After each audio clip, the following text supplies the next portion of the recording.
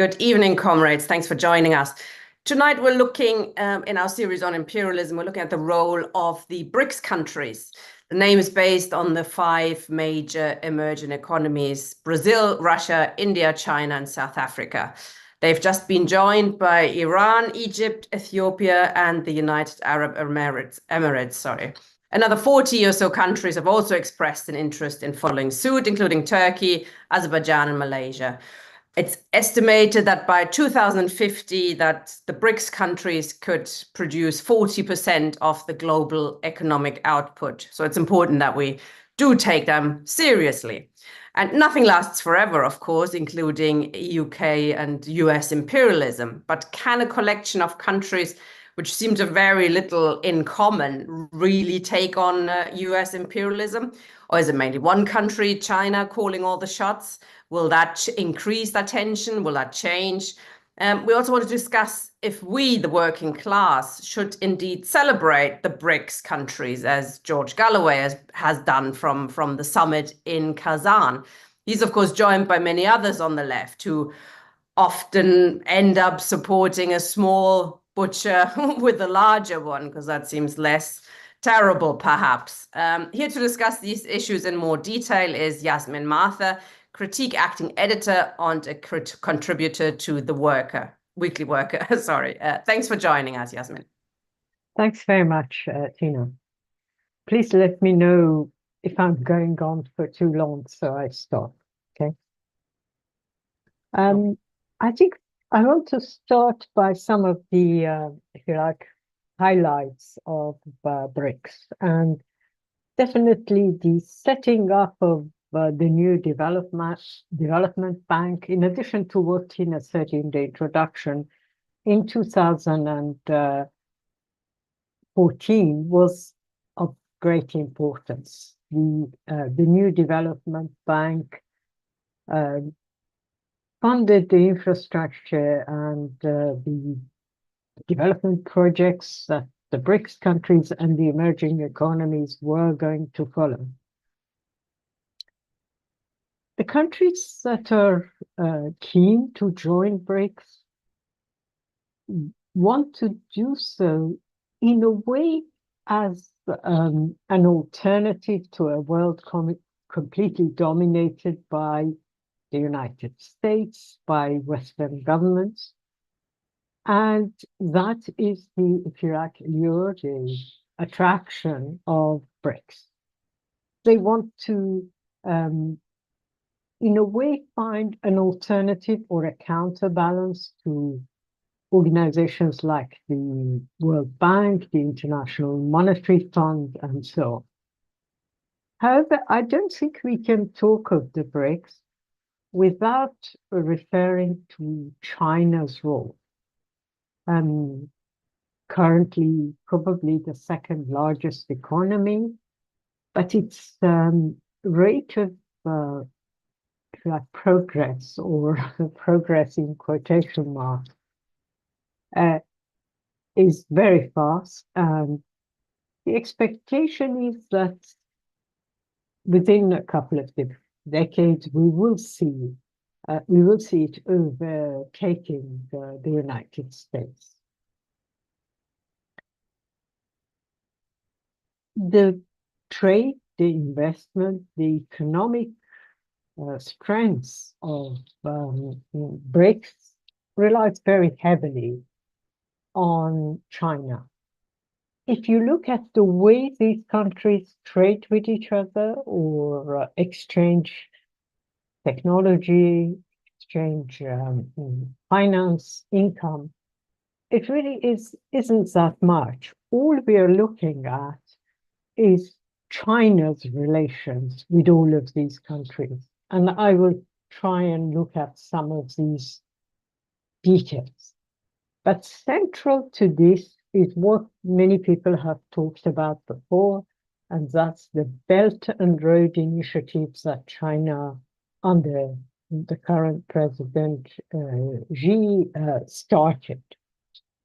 This was to create an infrastructure mainly in Asia, Africa, to a lesser extent in Europe, with the aim of trade and development of infrastructure. And of course, all this sounds very good. Who is against development? Who is against boosting trade? When you're facing hegemon power like the US that dominates the world and often penalizes its opponents with political opponents, with sanctions, with dissing them and so on. Having said that,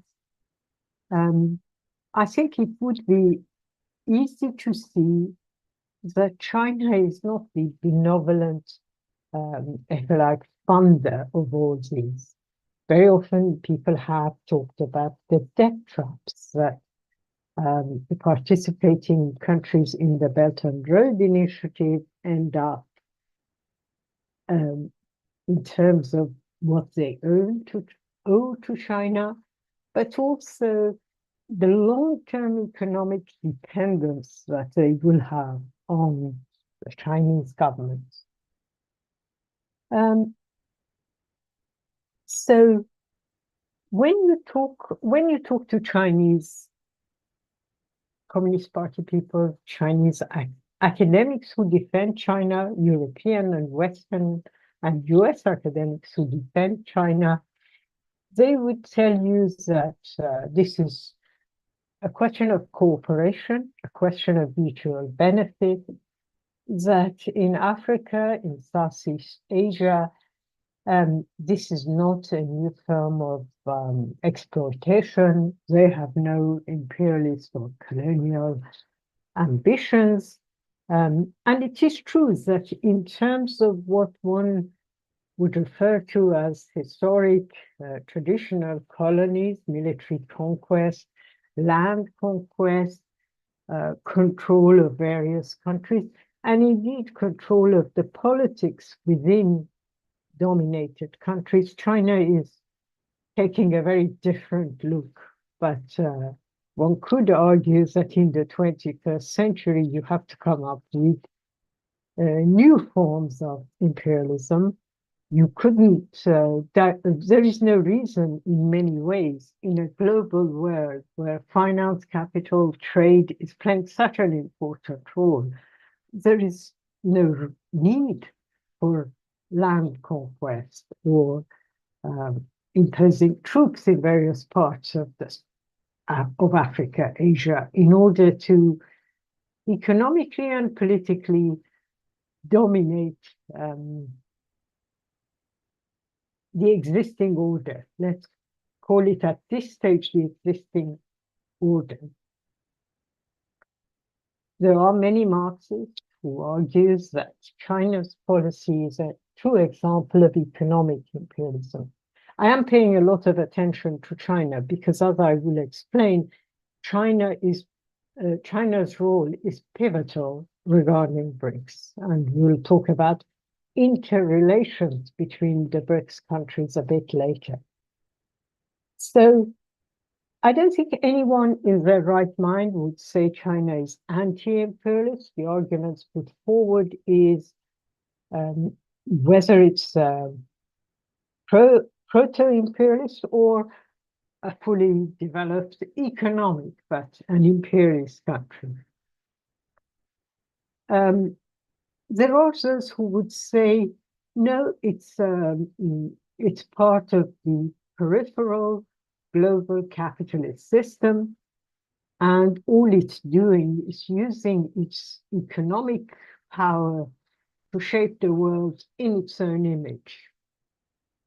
I think that's difficult if you look at the details of how China relates to economic countries in various countries, to the economics of various countries. But of course, that is an argument put forward. In many ways, not only is it a growing economy, but it's becoming one of the largest economies of the world. And its purchasing power is unrivaled. Most importantly, while the West envies or talks or hopes to achieve something like 0.1, 0.22% economic growth. China finds 4 to 6% economic growth as a disappointment. So you can see where they are and where the rest of the world is. However, you can't deny that in its relations with African countries in particular, but also other developing countries, in desperate need for cheap energy, in desperate need for good price raw materials from these developing countries, it has no alternative but in some ways entering deals in which the developing country is not the beneficiary. Let's put it as mildly as that. I would say the developing country is exploited, but let's assume we would say it's not in an equal par. There are those who would argue, and amongst them are many Marxists, many left-wing groups, who argue using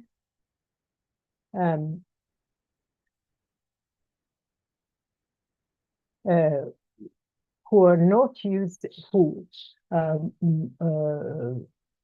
use Lenin's theory of imperialism, and their argument is that China has turned into a capitalist imperialist state. I think there is no doubt that monopoly capital and its aggressive push into global markets reflects China's current position in terms of what it is in monopoly capital. With the Belt and Road Initiative, we can see China investing in infrastructure.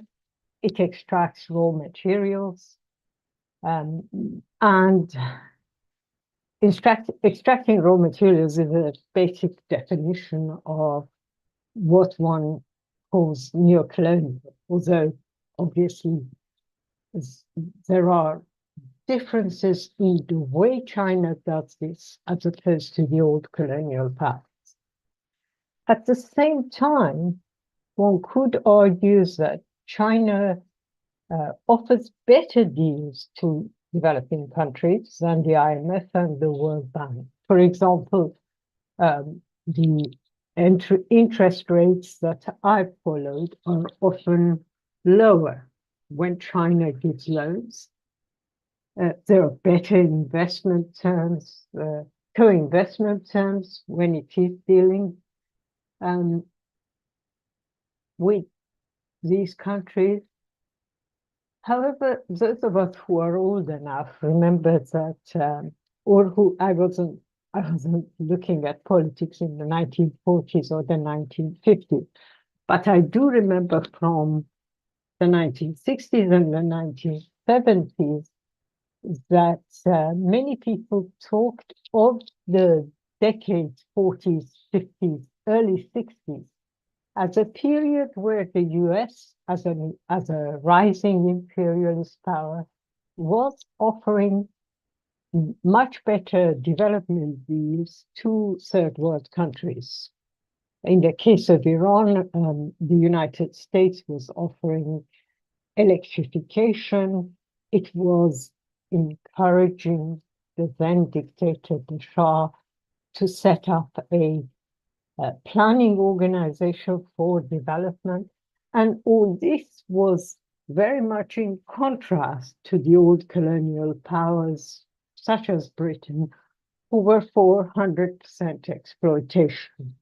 So China's better rates reflect the rising power of a country that has ambitions, in my opinion, to become the hegemon capitalist power and isn't at the moment.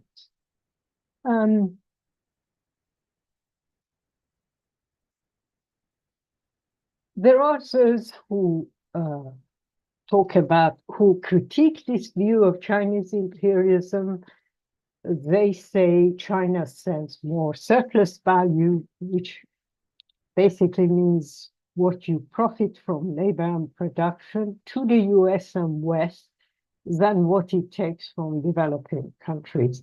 And therefore, this shows China's integration into global value chains. And as a result of this, these defenders of China, some of them in monthly review, but not limited to monthly review, would argue that as a result of this, basically China is not an imperialist, capitalist imperialist power, but a semi-peripheral country in the global capitalist system. I think China would not accept this definition itself, but most importantly, I don't think that that reflects reality. There are those who, I'm not going into the debate about Lenin's theory of imperialism, but there are those who look at the classic definition of imperialism in the book, Lenin's book, Imperialism, the Highest Stage of Capitalism, and find places where China doesn't fit. There are those of us who have always had difficulty with both that book. We accept the importance of the book, but the book was very much written for a specific period, the First World War, and shouldn't be taken as gospel, shouldn't be taken as the Bible that will forever be correct. And the reality is that, of course, the world has changed. We are no longer talking of a colonial division where there has been national liberation movements in the 20th century. There's been decolonization. Many of the former colonies are independent. So you can't just use those definitions in the 21st century and try and find an exact parallel between those and say, I can't tick number 6 or number 7 of Lenin's definition, and therefore China is not an imperialist country. I find these arguments quite redundant, to be honest. Marxists who argues that China has become a monopolist capitalist economy inside its own borders, and that that by exporting capital abroad, it has become, in a way, a form of imperialist, maybe not in the traditional sense, but at least a proto-imperialist country, have, in my opinion, more a better reflection of where we are in terms of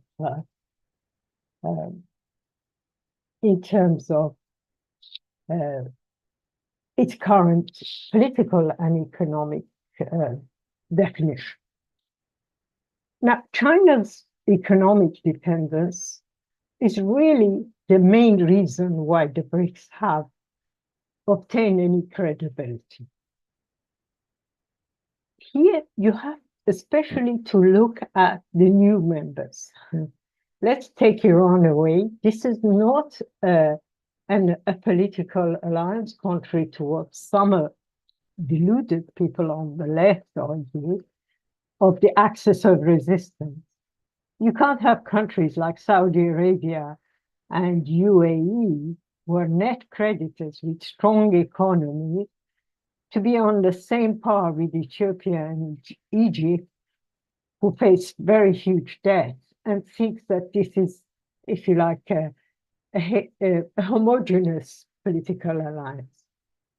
But most importantly, politically, when you have Saudi Arabia and UAE, you are talking of a divergence of view. I can understand why Saudi Arabia and UAE have joined countries such as Iran or Ethiopia or some of the African countries in terms of political influence of China. and join BRICS. But remember that Saudi Arabia is doing this, or UAE is not in BRICS because it suddenly decided it's become anti-imperial. It's using it as a leverage against the United States. So it can point out to BRICS. It can occasionally, such as after the events in Gaza, show a little bit, and not much, but a little bit of independence from the United States foreign policy, completely dominated by a pro-Israeli position, only because in those circumstances, BRICS gives it a lifeline, a separate lifeline from defending entirely the US. And it's a reflection. I think the position of countries such as Saudi Arabia and United Arab Emirates is a reflection of the changing world we live, where Mohammed bin Salman or the UAE emir haven't suddenly become anti-imperialist, but they are seeing the changes in global capitalism and securing their position in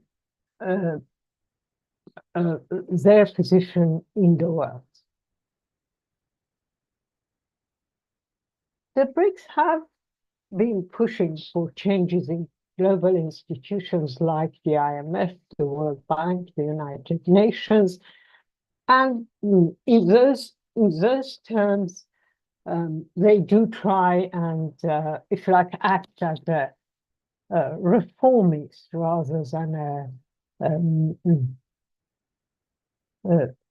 a challenge completely to these organizations. Why? Because if you look at all of the countries within this framework, including Saudi Arabia, Iran, Egypt, Ethiopia, India, and to a lesser extent China itself, they are not independent of these global institutions, and therefore their position towards these organizations is more looking for more transparency in terms of trade rules,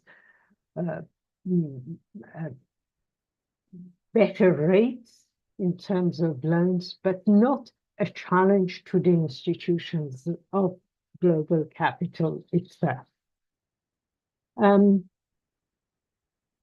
When we look at the 5 regional BRICS, and that's quite important, I think China played a very significant role. It was a key partner for both the more wealthy of these countries, but also the lower income countries. For Brazil, it was the agricultural and mineral exports to China that gave it a better economic situation. For Russia, it was energy exports. And for South Africa, it was the mineral exports, all of them to China.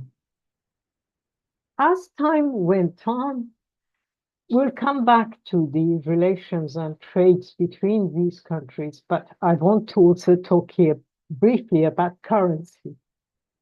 So as time went on, and especially as sanctions left Russia and later Iran, which is a new member of BRICS, into a severe economic difficulties, the whole issue of currency dependency, in particular to the dollar, to a far lesser extent to euro, but mainly to dollar, and the global dominance of dollar in terms of world currency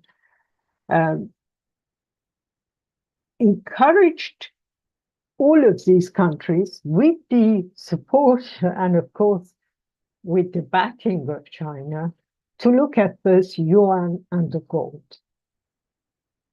Russia increased, yuan is the Chinese currency, as you know, so Russia increased its yuan reserves and shifted or tried to shift from a dollar-based trade to ruble yuan transactions.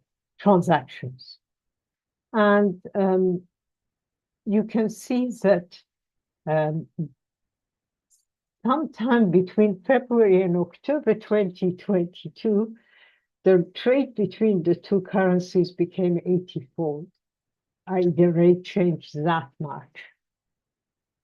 All of this creates benefits for China and more vulnerability for Russia. Because at the end of the day, it is China as the stronger economic power that controls the exchange rate between the yuan and the ruble. So when the ruble goes down 80-fold, it's the Chinese who benefit. Chinese goods become very expensive for Russia, while import of fuel, raw materials, whatever it does import from Russia becomes much cheaper. Of course, what can happen in the long term is that the United States, in its own economic relations with China, might change that relation and put pressure on China in terms of the way it has so far supported sanctions against Russia, but we will have to see that. The other way in which some of these countries facing sanctions, including Russia, but also Iran, have tried to resist the US dominance and the currency dominance of the dollar is to invest in gold. And again, that has its own challenges. The difficulties of buying and selling large amounts of gold have their own problems. There is the issue of smuggling, black market, changing the origin of the gold, and so on. So all of this hasn't been that easy. As a result, yuanization, i.e., using the yuan as the main currency, is far more attractive for countries such as Russia, especially as they face serious economic difficulties caused by US sanctions. One thing that we have to consider is China's relationship with the Gulf states, the Persian Gulf states. In particular, I will leave Iran to the last because I will talk about that later. But when you look at Saudi Arabia and the UAE, it's the energy, it's the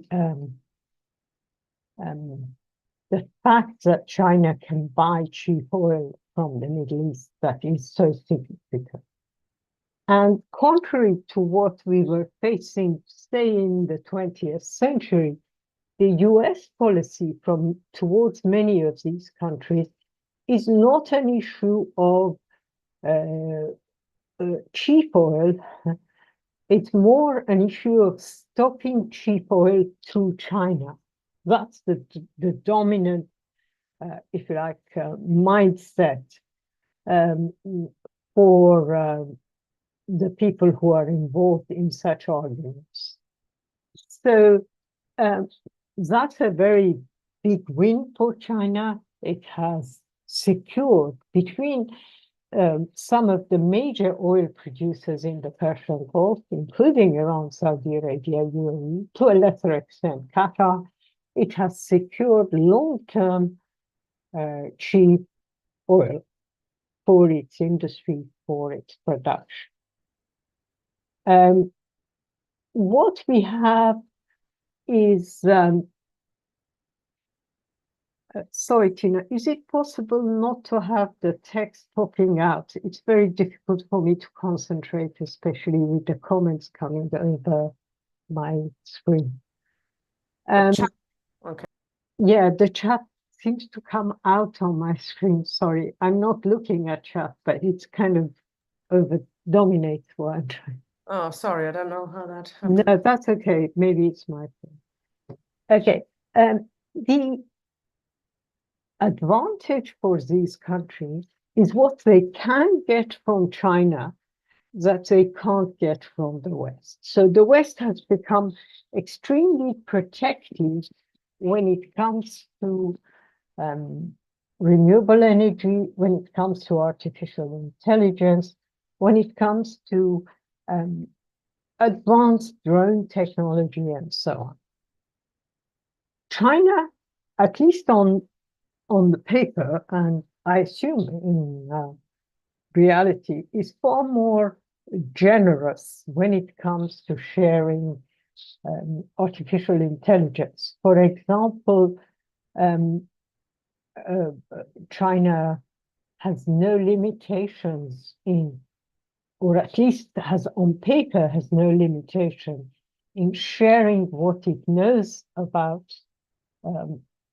processors, new GPUs, graphical processor units, and so on, aspects that are very protected in the West. The EU, UK, US try and restrict access to these technologies to most third world countries, and China seems to take a completely different approach to that.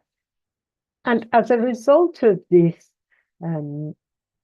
it does make the relationship more attractive in some way. So you can see why, for example, Mohammed bin Salman, who historically, traditionally should be completely on the side of US, is trying to hedge his bets by being on both sides of the divide. In this way, we have to admit that in this, what I would call a uni-global world, because many people talk of multi-imperialist powers, competition between these imperialist powers, the fact that these imperialist powers, the smaller sub-imperialist powers, Harvey talks about that, will weaken the US. I don't think we see this. At least at the moment, we are not seeing a weakness or a division. Any capitalist country can and has imperialist trends within it and uses those. That isn't the question. The question is that, as the events of the last 14 months have shown us, one hegemon power can defend a rogue apartheid genocidal state and nobody else. The collective might of all the rest, including sub-imperialists, can't stop it. In this world, there is, if you like, a complete disparity between the current hegemon power and the rest of the world. And you can see the attraction of BRICS for countries that want to diss the United States, including Iran and the axis of resistance. However, I would argue that it would be wrong to put too much hope within such a system, because at the end of the day, you wouldn't, at the end of the day, that is a very temporary, a very short term, and the creation of very specific conjuncture in history that has allowed this to happen. It's not a long-term solution. Before I talk about the nuclear deals, Iran, Russia, China as an axis, because it is an important part of BRICS, especially now that Iran is fully associated with BRICS, I also want to argue that if you look at economic trade between these various countries, we don't see many signs of this. We don't see trade between Brazil and South Africa. We don't see much trade or economic deals or development deals between India and other countries. Every deal that we look at in BRICS, China is playing a central role in it. So all the lines end in, all the roads end in Peking rather than Rome. And that is quite significant. The other issue that challenges the BRICS in a very serious manner is the heterogeneous nature, the difference in the if you like, strengths of these various economies, their level of development, and the fact that they're not going to, there's no way you could talk of this as partnership between equals. South Africa has its own challenges. Brazil, as I said, remains very much dependent on raw materials, agriculture. India is progressing more than the others. It has to, first of all, it has the numerical population advantage, but it's also making major advances in terms of information technology, and that challenges its position. We also have countries that are dependent on one product, or more or less like United Arab Emirates or Saudi Arabia, who have ambitions of greatness beyond their capabilities. If anyone has followed the NEOM project of Mohammed bin Salman, it was supposed to be this 500-kilometer single line that was going to be the modern world, AI dominated and so on. Nowadays, it's 120, 150 kilometers, which is much less than 500 miles. These countries are not in a position to predict their own progress, never mind their relation with a new emerging major economic power such as China. One of the key, if you like, alliances within BRICS is the Iran-Russia-China alliance.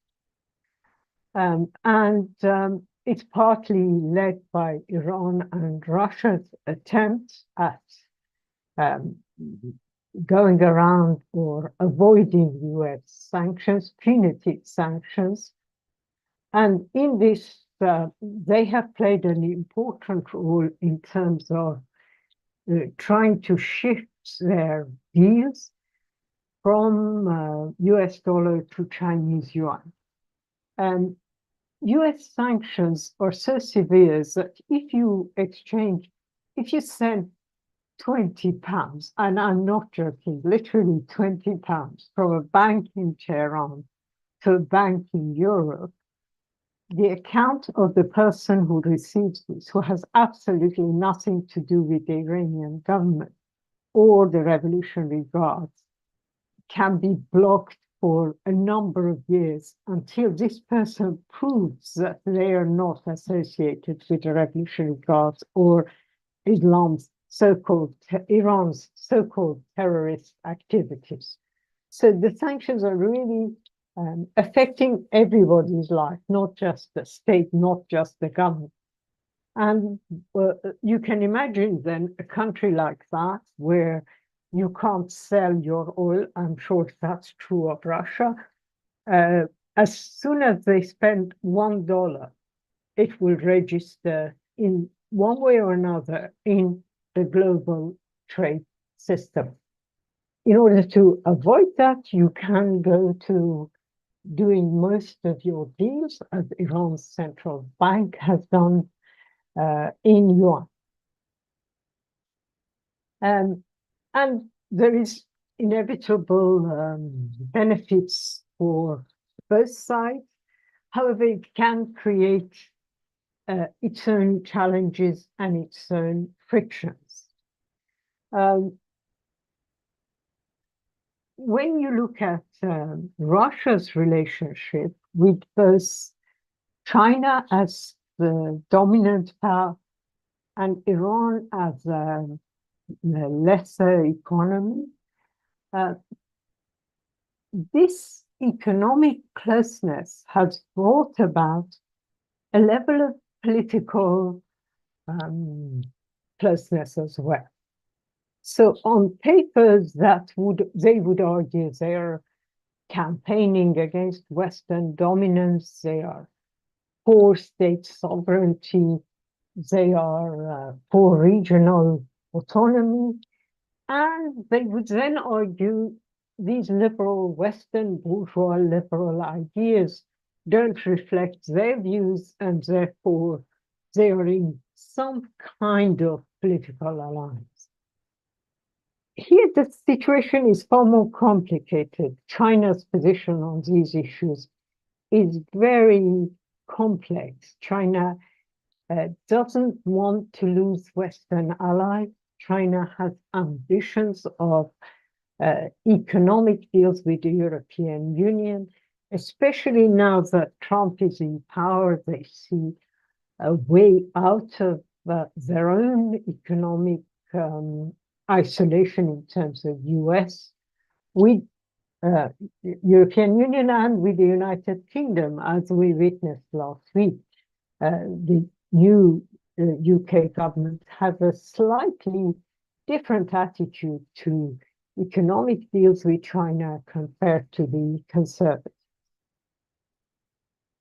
Both Russia and China are also aware that some countries that supporting rogue state or axis of resistance, whatever you want to call it, has political benefits for them in Africa, in Asia. In fact, genocide in Gaza, the isolation of Israel, has given Russia and China a slightly improved position in this matter. Because if you look at, for example, UN votes, obviously quite a lot of, irrespective of what dictator rules them, many Asian, African countries do vote against the state of Israel, 142 of them, as far as I can remember, in various General Assembly votes. And in this way, both Russia and China can portray themselves as being part of this global South against the US hegemon power. And I would argue that it's partly because of that they take a nuanced view towards Iran's nuclear development, and it has a very complicated effect. For example, when it comes to Russia, they don't want escalation of the war in Ukraine, but they don't want a victory for Ukraine or NATO either. So China's position is much more complicated than just supporting Russia, irrespective of what it does. It does take a nuanced view.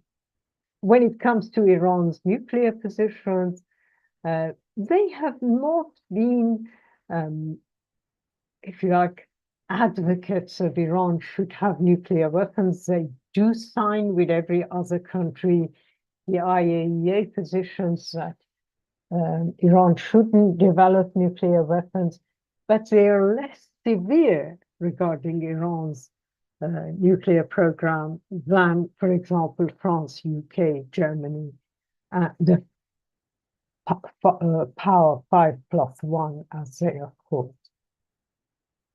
when it comes to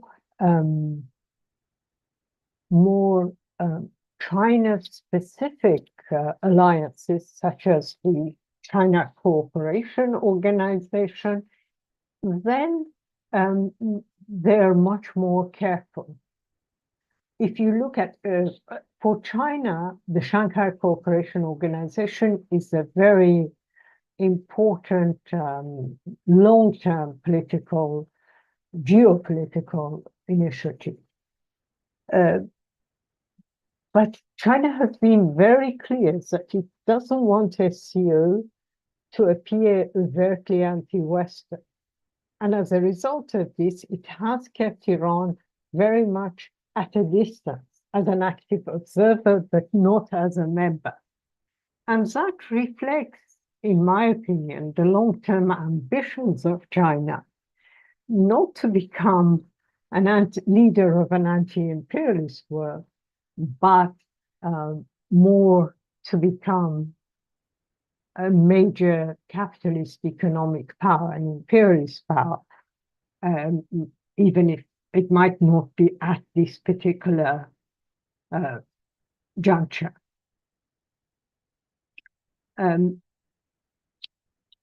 So there is one, so we should separate what I would call the Belt and Road Initiative, which is more about joint projects, about economic development, as opposed to long-term political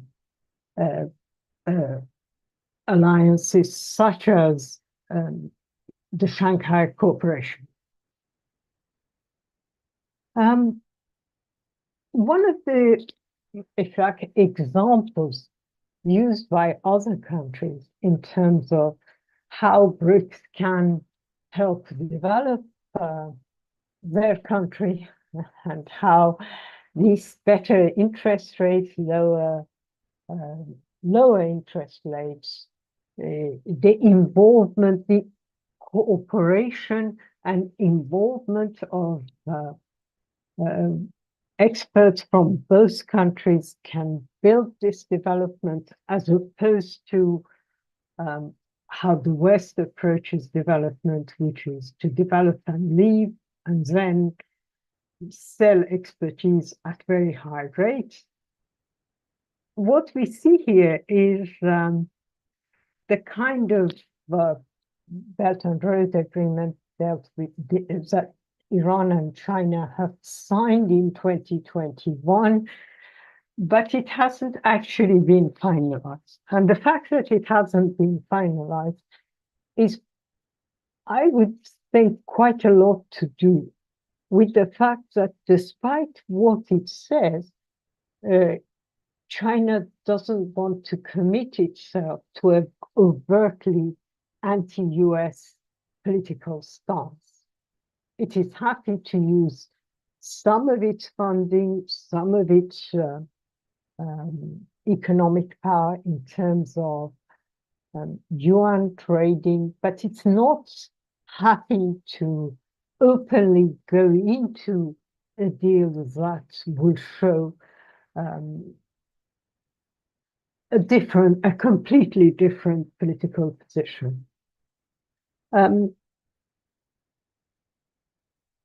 What we see here,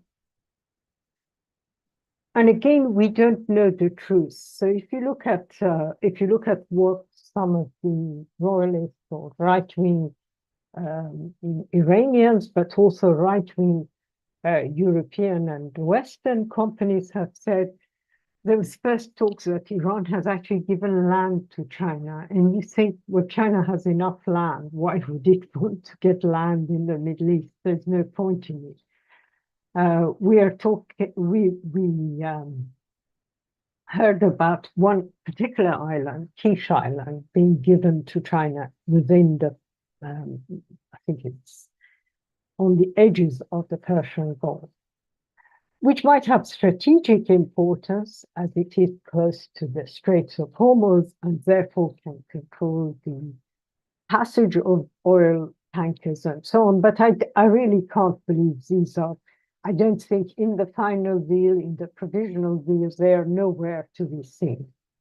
What we are looking at is provision of ports, airports, oil fields, infrastructure, what I would call infrastructure, and IT development, both in terms of artificial intelligence, quantum computing, graphical processor unit development, where China has made spectacular advances in exchange for cheaper oil. And the cheaper oil is debatable, but so far in the last 3-4 years, at the height of the sanctions by the US, China has benefited from very cheap oil from Iran. We don't know how cheap, but everyone's assumption is they're paying much less than the going rate.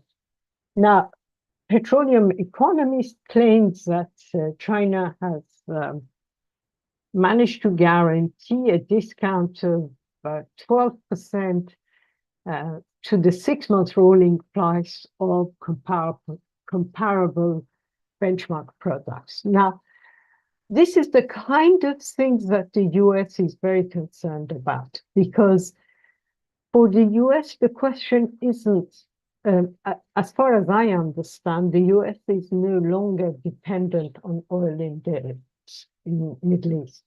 What its concern is supply of cheap oil to China. And it is this kind of partnership that makes very dangerous for the US, because obviously if that kind of deal becomes the norm, you can see how the entire policies of the previous Trump administration continued very much by the Biden administration into isolating certain states, labeled rogue states, has actually backfired. It has backfired because rather than bankrupting those countries, it has encouraged them to get into closer relations with China. China is economically benefiting from this, but it's also politically benefiting from it, as it can count an increasing number of such countries within its own sphere of influence. And here it is a trajectory that one can see as powers, great powers diminish in terms of what they have, what they can achieve, and how great powers then increase their influence by gaining support from other countries. Whether this is where we are with BRICS, and therefore whether this is, if you like, the next period where we are going to see a strong competition between the West and China, is a matter for debate. What we can say for sure is that the defeat of the Democrats and the coming to power of Trump, who has no claim to Western liberal democracy, will make this situation far more challenging, far more difficult to predict, and therefore, in many ways, will make that whole debate about BRICS far more unpredictable, as we can talk about it. The one thing I would say for sure is that the working class in Western countries, in the United States, should not have any illusion that that is the solution. And the working class in developing countries should have no illusions about this, because it is pragmatic and often short-term political interests that have created these alliances, in the same, I mean, the best example is Saudi Arabia being in the same alliance as China. So those short-term alliances can change very quickly, and the loser in such situations, more than anybody else, will be those sections of the working class that have relied on such alliances for their future, for the future of revolutionary movements. That's it. Thank you very much. Brilliant. Thank you very much, Yasmin. That was a very detailed and nuanced look at the BRICS countries, which I think is absolutely what is required. Not just because there is a lot of illusions from some quarters on the left. You mentioned that. I also mentioned George Galloway early at the beginning, talking about the BRICS as if they were some kind of, that's our horse in the race. If we want to do something about US imperialism, you need to have, you need to back the BRICS. That's the future. It might be the future. China might indeed do away with US imperialism or take over imperialism. But as you pointed out, they have no interest in anti-imperialism. China is not it might not be a fully imperialist country, but it is not an anti-imperialist country for sure. So why the working class has anything to gain from backing one want-to-be imperialist power against the existing imperialist power US is beyond me. Comrades, if anybody wants to ask a question or make a comment, please click raise hand now, and I can bring you in. Just a question then. I mean, by pointing out all these tensions, etc., and I think you outlined this, and it's an article in the Weekly Worker as well, in this week's paper, which will be up tomorrow morning, I think, or tonight. How China is actually using its position to, it looks good on the surface to give cheaper loans, etc. But what it's doing is what the US did as well. Well, not 100 years ago, but 75 years ago, when it was in the middle of taking over, giving cheap loans, tying countries to itself by investing in infrastructure, and that makes them, dependent on using Chinese companies, Chinese entities to build those infrastructure models then as well, and to tie countries to themselves by cheap loans, etc. You called it a sort of semi-colonial method. So that's an interesting aspect of it, a sort of colonial aspect, to an imperialist aspect, really. But do you think that China has sort of long-term plans with BRICS, or is it merely a sort of stepping stone towards, I can see everything is very fluid, obviously, and Trump's victory will also make this, a difficult, there's probably not a path forward, but do you think that BRICS will still be here in 20, 30 years' time, or is it a sort of stepping stone for China on the way to become a global imperialist main power? Shall I answer now? Yeah. Yeah. Yes, please. Okay. Yeah. I think this Belt and Road initiative, which is linked to BRICS, I know they share the same initials, accidentally, I think, nothing to do with BRICS, but BRI, as China keeps calling it, is essential for China. And what it's trying to do is long-term with that. So it is aware, for example, in terms of electric cars, it is well aware that the cheapest raw material it can get in Africa is best served through Belt and Road. Now, what better way than to make the Belt and Road part of BRICS strategy? So BRICS strategy wants to get all of these involved, and I think for that reason, I think for China, BRICS is not a short-term policy. For some of the countries within BRICS, Yes, it is.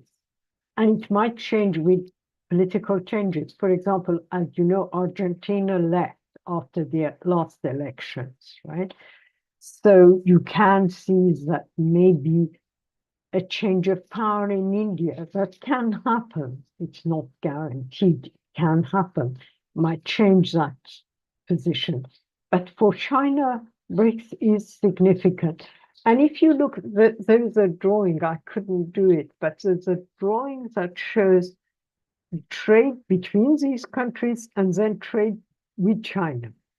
And it basically, it's the whole screen is black with connections between these countries and China. And then there's the odd line between these countries as they trade with each other. So you could say China is central to BRICS. And for those reasons, I think it would last. But as you rightly say, in the New World Order, with Trump coming to power, with, I don't know, wars happening all over the place, it's very difficult to predict. But I would say, yes, for China, BRICS is important. Some countries might leave. There is apparently a real drive by the US, especially by Trump, to try and get Saudi Arabia and UAE to leave. So presents, offers, loans, everything is being put forward.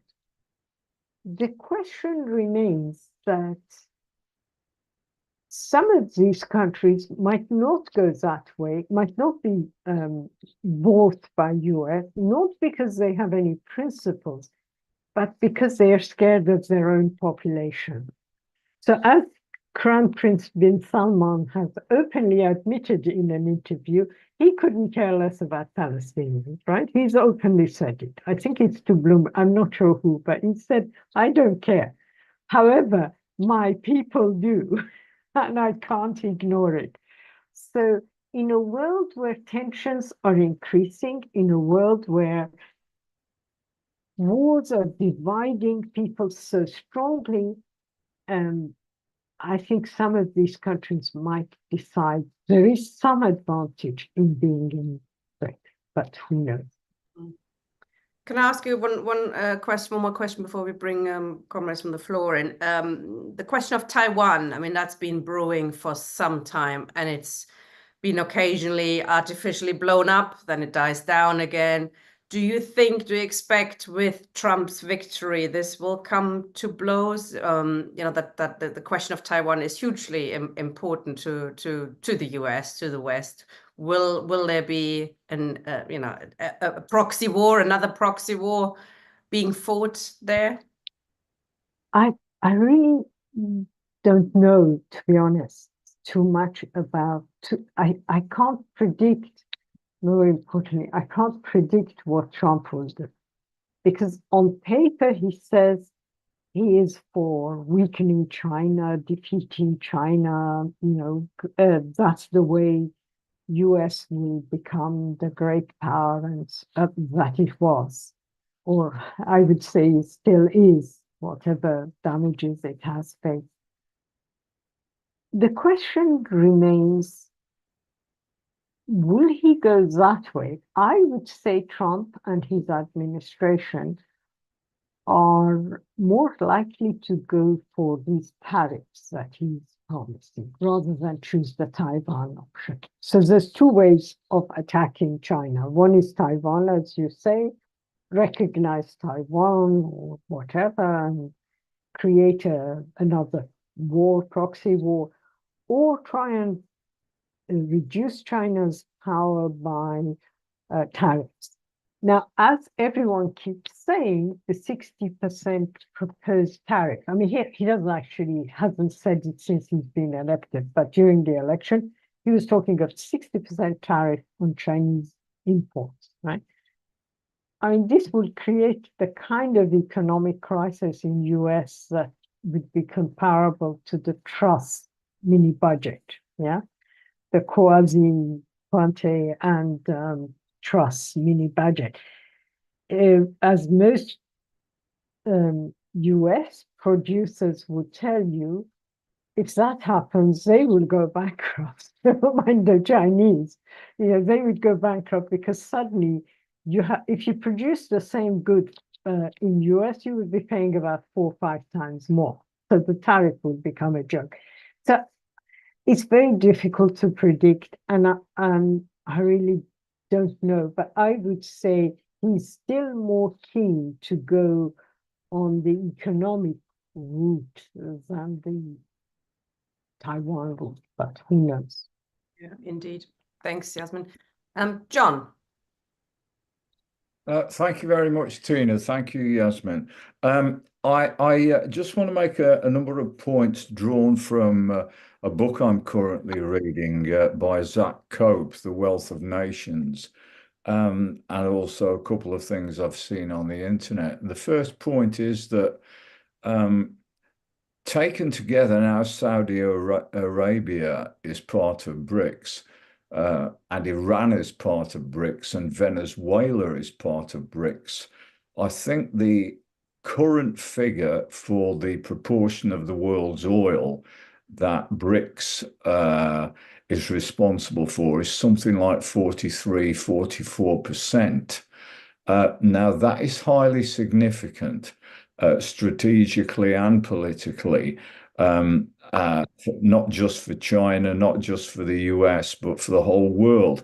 If we think back to the 1970s, there were two major hikes through OPEC at the time in the price of oil, which produced a crisis in capitalist profitability.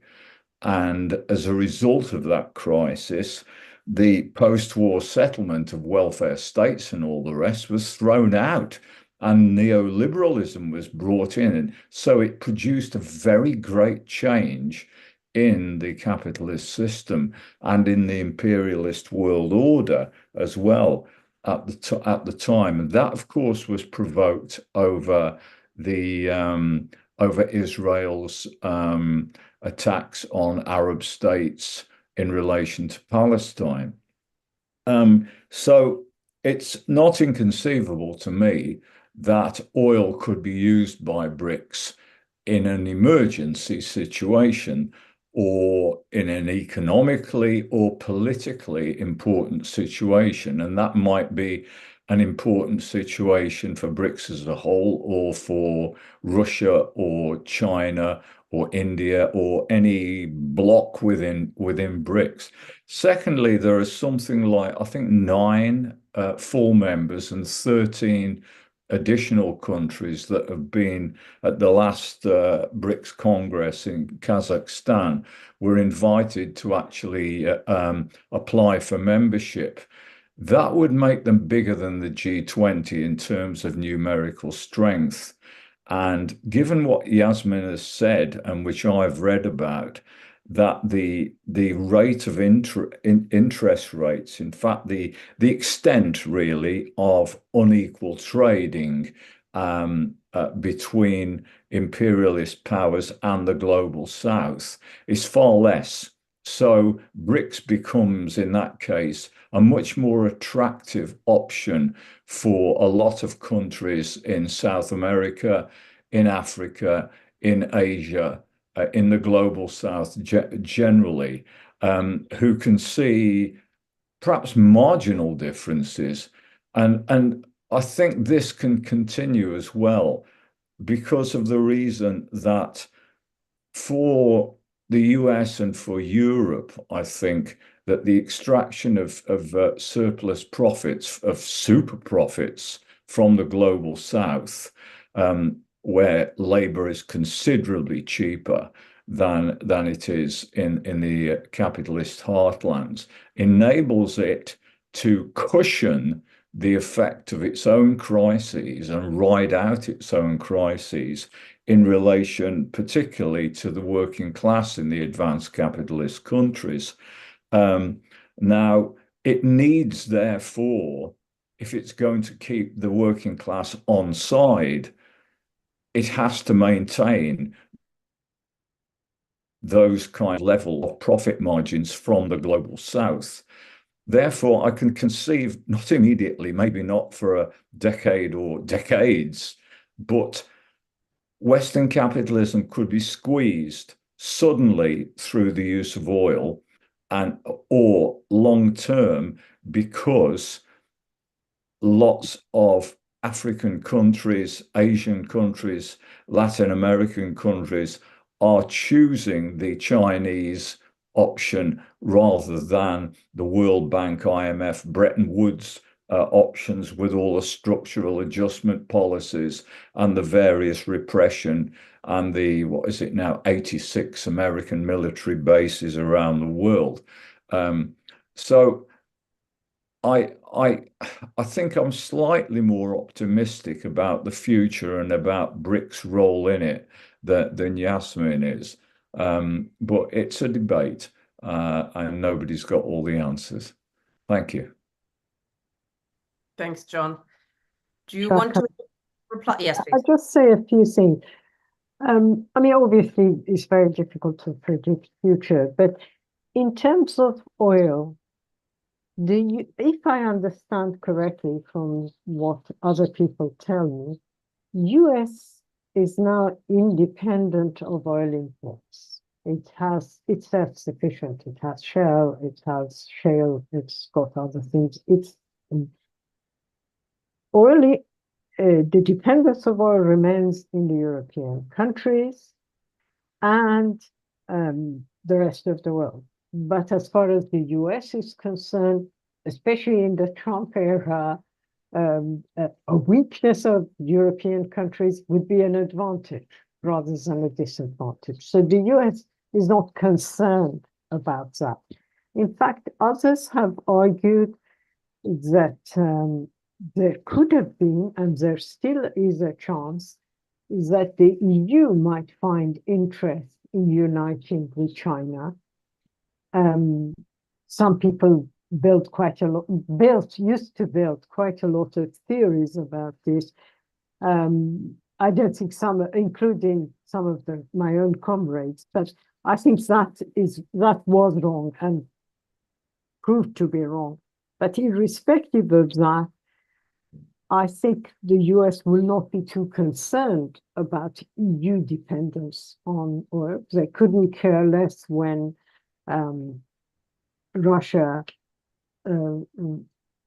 Russian oil to Germany stopped and increased prices. So I think that's a debatable issue. And here, as we get into a period of serious competition between two major economic powers, US and China, we can witness a situation where the EU will and UK will become pawns in that game. They become irrelevant. They become, if you like, areas where neither US cares about them and China can benefit or not. In terms of it being an attractive option, I will give you a historic example.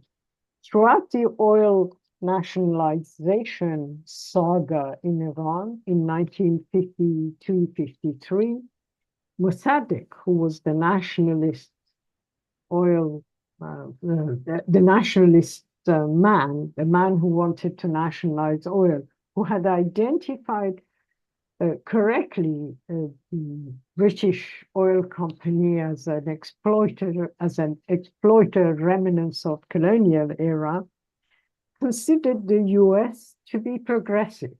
In fact, part of his downfall was that he was so keen on keeping US on his side that he was often repressive on Tudeh and the communists. So I have my own problems with Tudeh, but it is true that Mossadegh did repress Tudeh because he wanted to look better to US, and he had serious illusions about US. And exactly as China, US, in its rise to this imperialist hegemon power situation, was giving much better rates, was very attractive to many countries in the third world.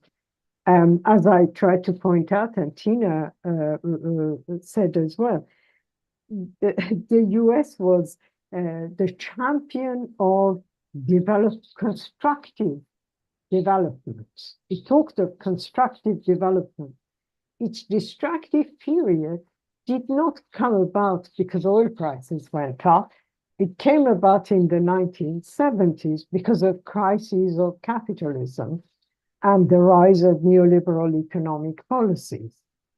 And when we reached that stage, then it became the nasty hegemon power that seek destruction rather than construction.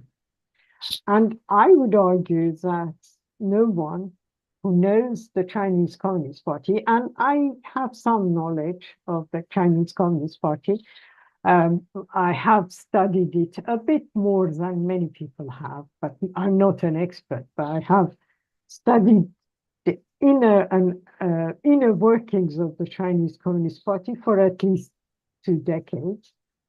I would argue that China, rising to become the hegemon capitalist power, will show the kind of ruthlessness, the kind of exploitation we have not seen ever before, because the stakes will be higher, the problems will be more difficult, and China will show itself to be exactly what any power wanting to become the world hegemon will show. But I might be proved wrong. I think in critique we are more or less united in this opinion, but maybe we are wrong. Thank you. Well, it's certainly the way it treats its own working class is a good hint there. Peter, please. Hi there. Can you hear me? Hi, Yasmin. Thanks for the talk. I think what you've done was provide a really detailed and nuanced account of the pragmatism within BRICS. Between themselves, between the different parts of BRICS, the Brazil, India, China, and the BRIC plus countries as well. I was wondering whether you think this pragmatism can lead to anything more consolidated. Obviously, you just said then that China is going to pop up as the world hegemon at some point. That's the kind of prediction. And it's going to be even more oppressive than America, perhaps, or in a different way. So that means that maybe China is using BRICS as you mentioned yourself, is kind of using BRICS in a pragmatic way to kind of buffer relations with the US in the ways that you described, while building up alliances and trade alliances and building up economic strength along the way. Okay. What interests me though is like when you say that there can be a shift in hegemon, how do we relate this to trade and commerce and money in terms of capital? So when we talk about, we are talking about capitalism, and so what does unite all the pragmatisms and the differences between these nations and between imperialist and sub-imperialist powers that you've described tonight is that they are or want to be the core of capitalism, the part of capitalism. So that means that the basis of imperialism at its heart is to expand capital and control that capital in the expansion worldwide, so you get the major share of surplus value. But as you mentioned yourself, there's been a turn towards neoliberalism, globalization, and those terms, which underpinning them in terms of capital and how it's expanded, seems to me to have come to an end with neoliberalism. And that was based on a kind of a pragmatic use of IT. And in other words, not advancing towards the latest and the integration of the latest forms of IT, which could be labor displacement and have a downward trend in the rate of profit, even more so than it is in the West at the moment. That would affect the globe. And an intense exploitation of labor instead. And the global supply of labor from China into the world market and the redefinition of the global division of labor serve that purpose, along with all the talk about precarity. That's a signal for that as well, whether you agree with these sexy terms like precarity, it signals that. So that seems to have come to an end. So any kind of advance, serious qualitative advance in any of these like proto-imperialist powers, including China, has got to come from the hope that they can kind of overcome the pincer movement of squeezing labour so intently. That seems to have come to an end to a large extent, and trying to deal with the other side of that pincer, which is about the rate of profit and how that ties into increasing technology and which underpins growth, if that's labour displacement, if you know what I mean. So to me, all this points to a kind of a long-term trend in the squeezing of the jaws of the kind of avenues of accumulation globally for capital as a global system, economic system, and not political. And I think the US is managing that militarily in terms of its money power and policing the rest of the world, and dictating the kind of accumulation strategy that fits into the crisis tendencies of capital limit them. So my question is this: do you agree with it, or what? That if we are going to get any real advance, it's going to be based on a new pathway of accumulation, and that will have dealt with the realization problem, which is produced by the intensification of labour, the cheapening of labour, so that many states are supporting incomes of labour because capital is paying it at such a low rate, below its value at times. And it's got to be a method of being able to incorporate constant capital, fixed capital, technology, to increase the productive powers of labour. And I'm wondering whether you think that is possible, whether we live in a decline in capitalism, in which case, if we do have imperialism, is any longer the kind of classic capitalist imperialism, and it looks more like a kind of imperialism that takes all the bad parts of all the imperialisms that we've had since Rome, stitches them together, and that's why it's going to be grotesque in China, in the kind of face of imperialism that China may represent, which to me would be non-capitalist, And the other interesting thing, just one thing, is that if China were to dominate, and then it's doing so on the hyper-monopolization of the economy and the state's fusion with the economy. And so that seems to be out of kilter a bit with the way the Western powers would have done it. So it seems to be a different kind of capitalism that might come into favor if things change in that direction. Okay, that's all I want to say. Thanks, Peter. Yeah, very important issues.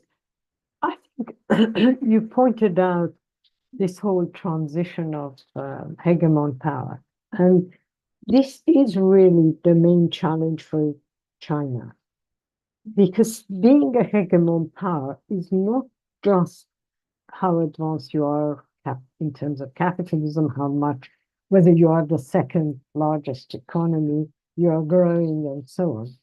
To become the hegemon power, you have to have the dominant global currency, and China hasn't got that. This whole yuanization is part of it, but it still is very limited. It still is people who are desperate, like Iran and Russia, doing yuan. But does anybody else use Chinese currency for its economy? No. And the Chinese central bank's attempts at making the currency more part of, if you like, a central part of BRICS hasn't worked. So far, it hasn't worked. I mean, Brazil deals in dollars. India deals in dollars. The currency dominating the world remains the dollar. So that's a bit of a problem. The second issue is what you also alluded to, and that is military, you talked about, was military might.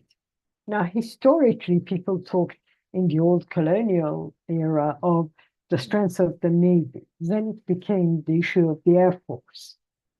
Of course, now we are looking at all these new weaponry, drones, artificial intelligence, but the Air Force still remains quite important. And here again, China has made major progress, but it's not, especially in terms of space technology, it is lacking. Yeah? What it tries to make up for is in artificial intelligence. And here I think it probably has reached the US. If you work in an institution like where I am, everyone is obsessed about protecting artificial intelligence. Oh, Chinese are trying to steal our intellectual property.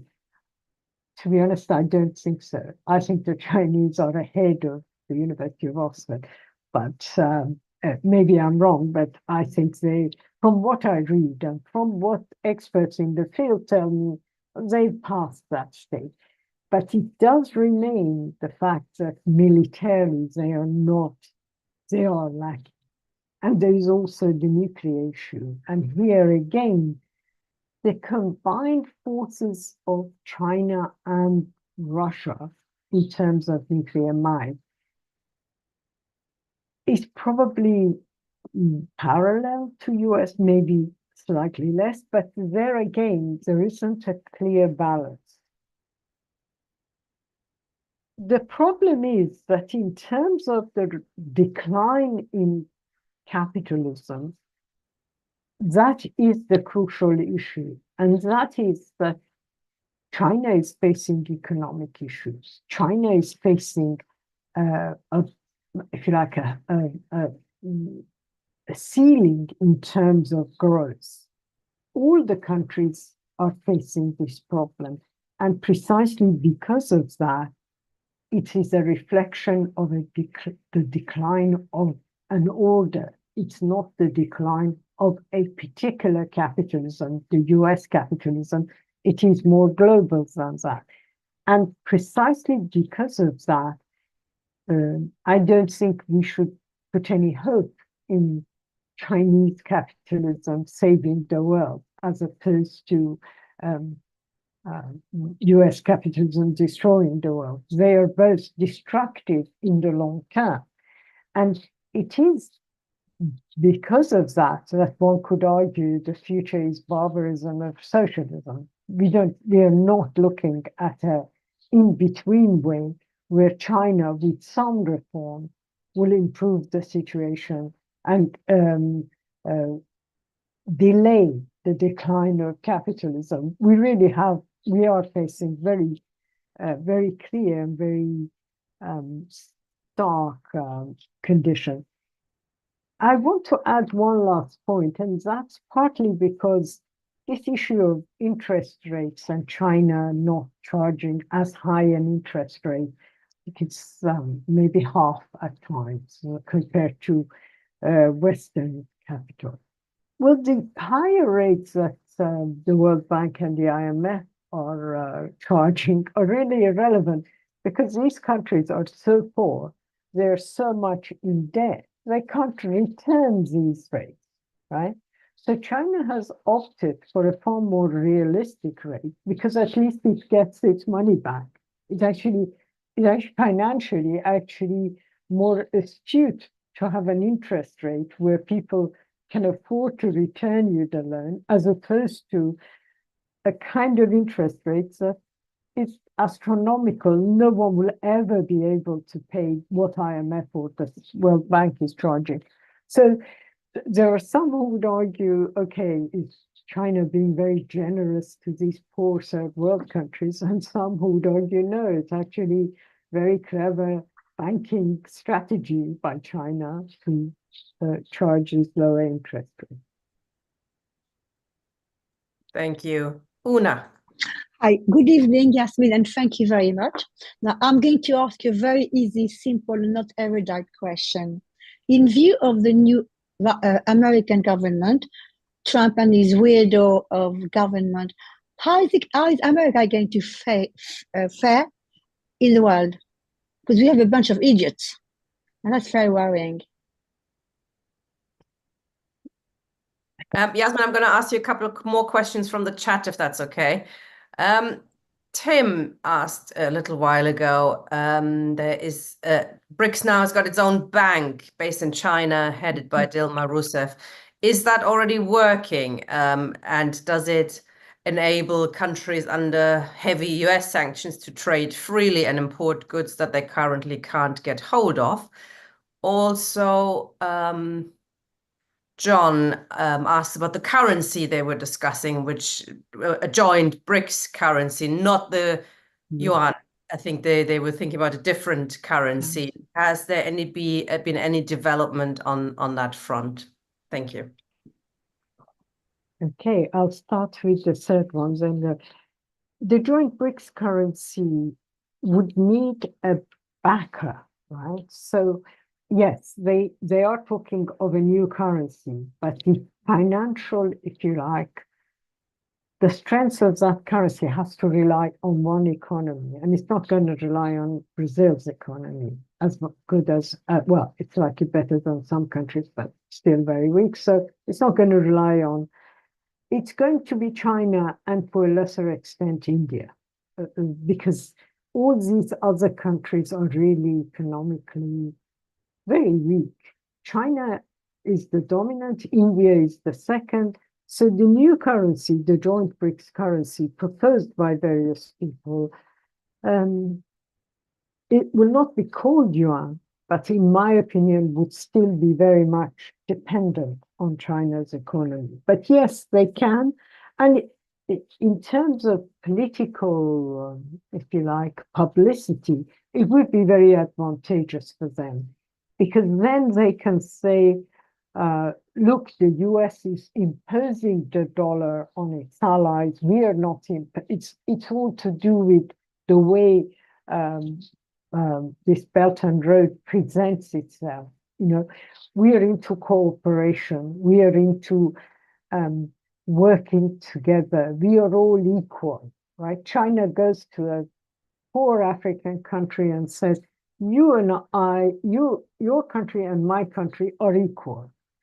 And then it sends 5,000 Chinese experts to a country where the literacy rate is very low, never mind expertise in construction and development. And those 5,000, I mean, I know the 5,000 because it's a particular country that I've been back, but you know, they're going to stay for 20 years in that place, right? And okay, on the surface, you would say, yes, this is going to be equal partners. The reality will be that the experts will dominate everything to do with the economy or the construction and development of that country. So, as I say, they are presenting all this in a very positive way, but we should look at it beyond what is the presentation. And yes, the new BRICS currency will look better than saying yuanization or ruble just becoming dependent. The banks have helped. The problem is that, for example, if you look at an economy like Iran, despite the fact that, okay, the BRICS banks and the Chinese banks have helped circumvent a large number of sanctions, and I believe the same is true in Russia. There are many goods you can only, at the moment, you can only buy from the West. Peter Nolan, who is an expert on China, is very good at explaining how China's economy has developed. And he rightly points out that they have the highest technology in terms of GP, graphical processor units, computing processor units. They build all sorts of very advanced systems, and yet the lifts have to come. You go to a building in China housing one of the most advanced technologies in terms of IT, and the lifts have to come from Germany, right? So it's unequal development, which is inevitable when a country progresses dramatically in a very short period of time. you would have this kind of disparity. But precisely because of that, I don't know about Russia, but for example, in Iran, there are a lot of goods that can only be bought from Europe, right? So however much you try and sell your oil with the Chinese banks and get a lower price for it, because inevitably you're selling it almost under the table, you have to buy goods then from Germany, from France, from Italy. You have to buy spare parts for your planes, for your hospitals, for your medical equipment from the West. And so you can't circumvent entirely trade and use just the yuan and the Chinese bank. You can earn funds from that. You can hide many items you sell with that yuan currency, but there are still things you have to buy. And so I would say, yes, without the BRICS bank situation might have been even worse. I don't know what the exchange rate would have been between the dollar and the Iranian currency or the ruble, but it's not dominant. In terms of what Una asks, the Trump government is completely mad, but remember that his previous government was also mad, right? Some of these people might not last very long. I mean, the Attorney General lasted, what, 5 days, 4 days before he was removed. So, and he was removed because of the various sad stories about him, terrible stories about him. But Trump himself is going to fall out with many of these people. And when he falls out, that's it, they all go. So we are going to see a lot of, in my opinion, we are going to see a lot of people coming and going. Look what's happened to Giuliani. You know, he was the lawyer of Trump, best mate. Now he's nowhere. I think some of these people, I'm looking forward to the day where Elon Musk and Trump fall out and we will all have a good fun, good laugh at what's going on. It's all very unpredictable. But remember that these states also have a lot of other, like the State Department has professionals who will make the thing run. There'll be all sorts of other ways in which the current US establishment will remain in control without being in power. And we'll see quite a lot of that. So we will have unbelievably stupid things said and done. Don't take me wrong. I'm looking forward to a lot of those. But having said that, there will be some continuity in terms of everything, including Ukraine, including definitely Gaza, where the new administration will present slogans that appear different. I mean, in terms of Gaza, it's worse than, even worse than Biden, genocide Joe and genocide Kamala. But in terms of Ukraine, they might present different words and so on. But it won't be immediate dramatic change. But I could be wrong. I'm just speculating. Thank you. Thanks, Yasmin. Last person from the floor is Matthew. Hi, yeah, thanks, Yasmin. I think, well, Matt Gaetz, of course, as the Attorney General, the reason why he was blown out was, of course, he was in Congress until the day he was nominated. He'd spent a lot of his time in Congress insulting everybody around him, including all the senators who'd have to vote for him. So they all said, "No chance, not that guy." You know, that wasn't they didn't really object to the fact that he had all these outstanding, legal issues. I mean, so does Trump. But I mean, they really objected to be insulted by him.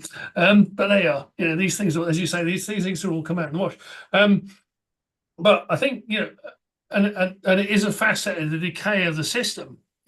actual decay of the American system, that it's run by a bunch of nakedly corrupt bought operatives who are just irrational, actually. I mean, if you look at the Supreme Court, I mean, it's infested with these people who just openly, they just take money. You can buy them, and so on. The system operates like that. But the thing is, I think that in terms of the situation as it looks at the moment, I mean, China, of course, is used to have a very close relationship with the US. I mean, Nixon, who may have been a crook, but was a smart crook, actually, of course, did a deal with the Chinese in the early 70s. And there was a close relationship. I mean, going through, the Chinese supported all the repressive things America did all around the world.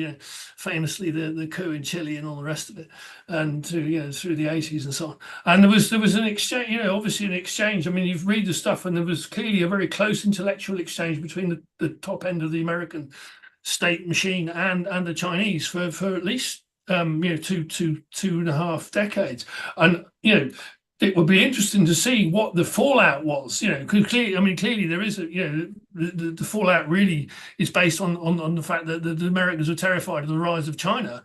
I mean, China, of course, until actually, the last 25 years was economically more or less irrelevant, but it's that huge growth, isn't it? And it's the fact that, I mean, China may have, it's not a fully capitalist system. I mean, obviously it has billionaires and various of the excrescences of capitalism, but it's not, it still has state direction. And actually, of course, the whole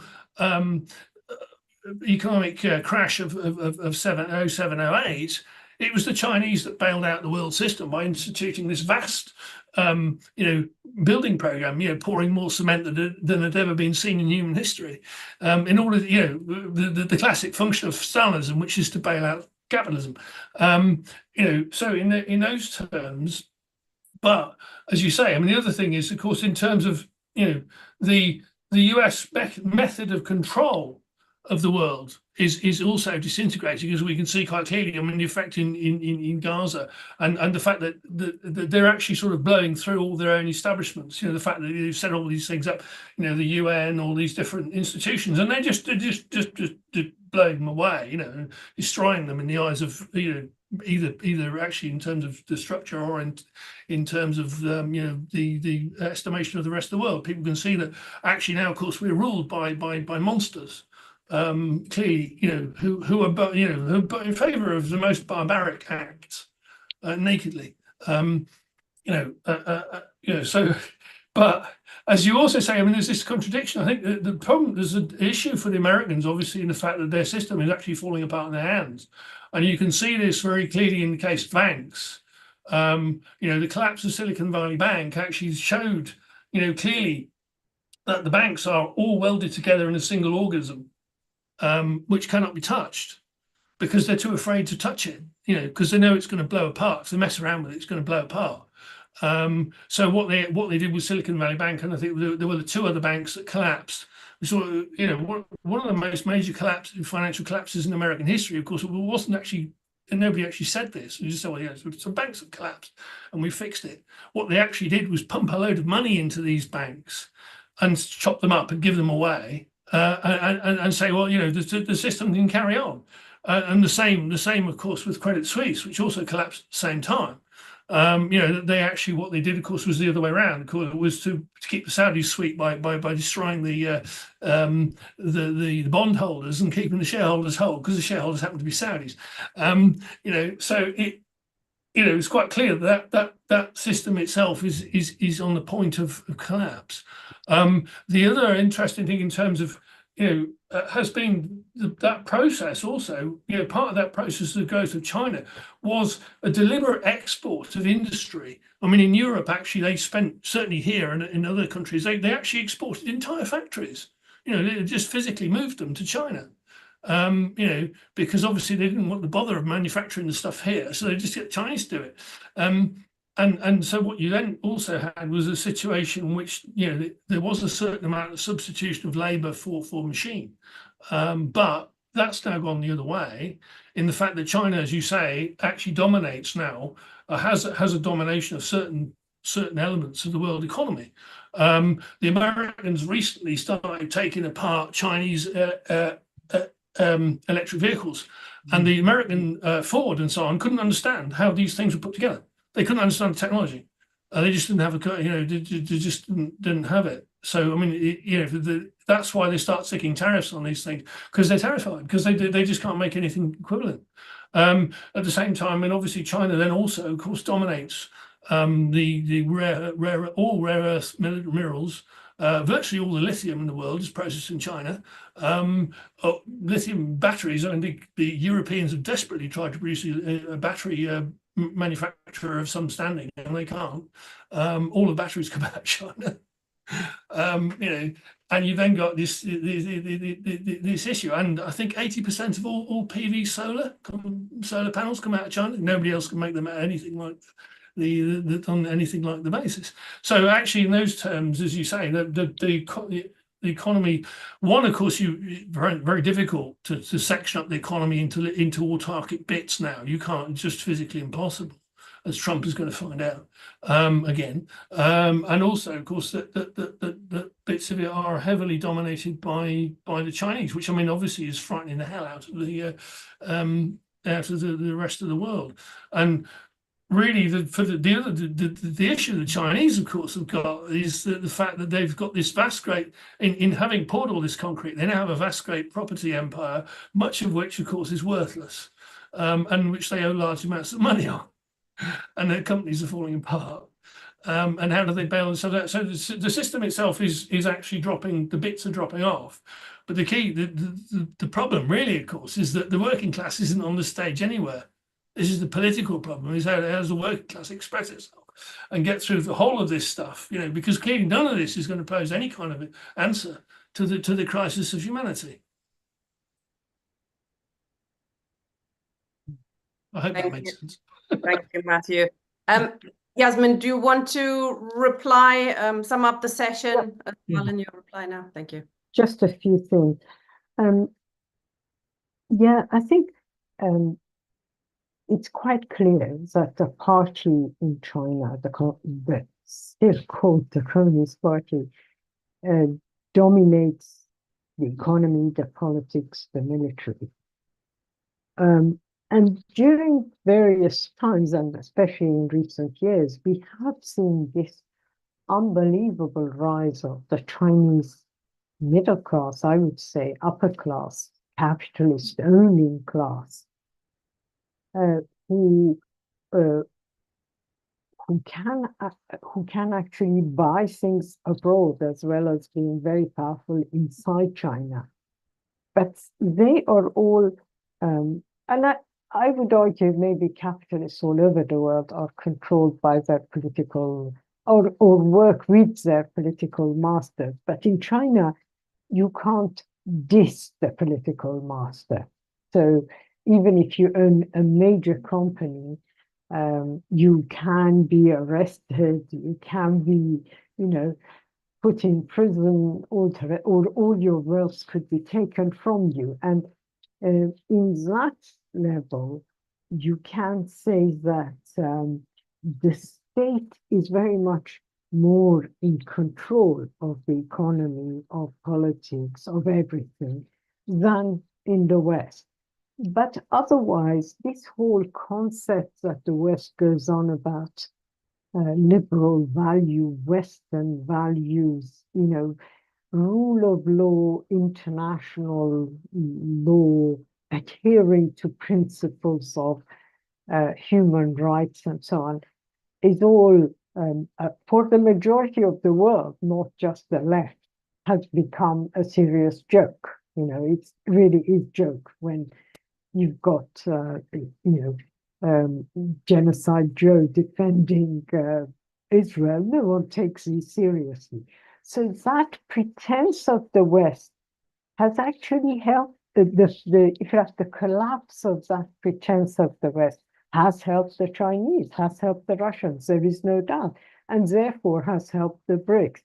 The problem is that no one then looked at how China deals with its own capital, never mind Tina referred to the working class, which is true. I mean, it's one of the most exploitative rules in terms of labor legislation. I sometimes read China labor reports, and it's horrifying when you read what they say. But they're not even tolerating their capitalists. I mean, capitalists are very much under the control of the state. So in that way, I think unless we have a revolution against all capitalism, against both of these causes, we are deluding ourselves into one helping us achieve a revolutionary aim. It's not going to happen like that. In terms of what the West fears, so for decades, if you remember, the accusation was that, especially when it came to iPhone, computers, laptops, desktops, servers, and so on, China was copying and pasting. So it was copying what the West had and creating its own version in the same way that you would copy and paste a document. This has changed, and it has changed dramatically, as Matthew was referring to. So we've got a situation where it's not just that electric vehicles built in China are cheaper, they're actually better. So why would you buy a much more expensive, worse Tesla when you can buy a cheaper, better one from China? And unless they have, everyone now has put these almost embargoes on Chinese electric vehicles because they can't compete. So yes, that's one serious issue. And the other one is whether it's true or not, whether we believe it or not, the hype about artificial intelligence is now dominating capitalism, right? So every company is investing in AI, every company is projecting its future in terms of AI. Now, AI depends very much on not your normal computer units because they are slow, like the laptops we are all using, but on something called graphical processor units, GPUs. NVIDIA has made its fortune in the world by selling graphical processor units. It's one of the, I don't know if you follow the top 500 companies, that's what it is. You know, NVIDIA is the top company and it's growing. It had a few dips in the last couple of weeks, but in general, it's dominating because it creates the chip that is essential for AI.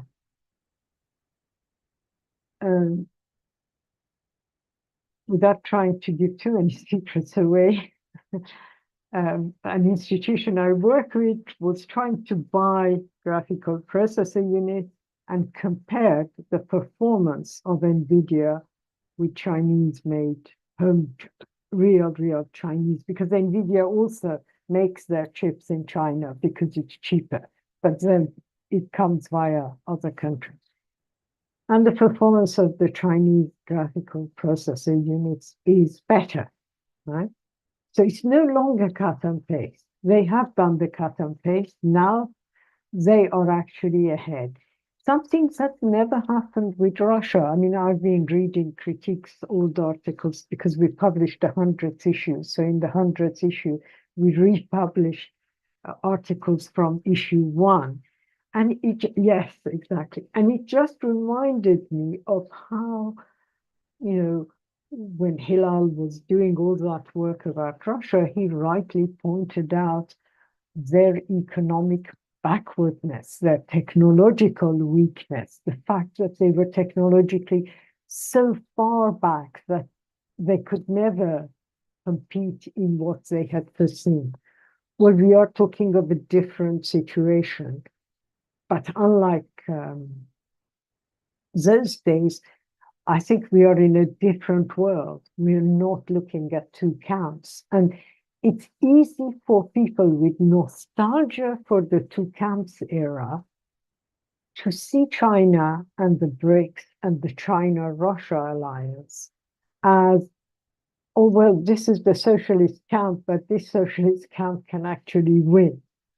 No, comrades. If this one wins, it's going to be a worse, more aggressive, kind of, I don't know, horrible. I think Peter used the word horrible. I would say horrible capitalist system. So, yeah. Thank you very much, Yasmin. Thank you, everybody, for a really interesting discussion, good questions, good contributions. So we all enjoyed that, I think.